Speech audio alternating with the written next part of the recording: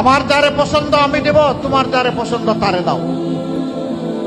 এর নাম হচ্ছে ডেমোক্রেসি, এর নাম হচ্ছে এসেন্স অফ ডেমোক্রেসি, গণতন্ত্রের সৌন্দর্য।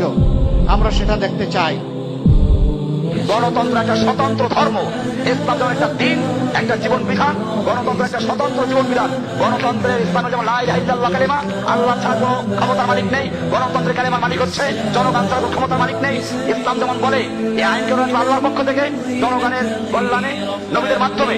গণতন্ত্র বলে of the Allah, of the people, by the people, for the people. ইসলাম বলে of the Allah, by the ওয়াহি, ফর দ্য পিপল। এরকম ভাবে গণতন্ত্রে বলে বহু দল তৈরি করো, একটা সরকারি দল, একটা বিরোধী দল, অনেকগুলো দল তৈরি করো। ইসলাম বলে সব একাত্ম করো। এই জন্য বুঝতে হবে এই গণতন্ত্রের মাধ্যমে দিন কায়েম করার স্বপ্ন দেখা, নবীর তরিকা বাদ দিয়ে দিন কায়েমের স্বপ্ন দেখলে দিন কায়েম হবে জীবনও। গণতন্ত্রে সংখ্যাগরিষ্ঠ লোকের মত যেদিকে যায় ওইটাই পাস হবে, ওইটাই জিতে যাবে।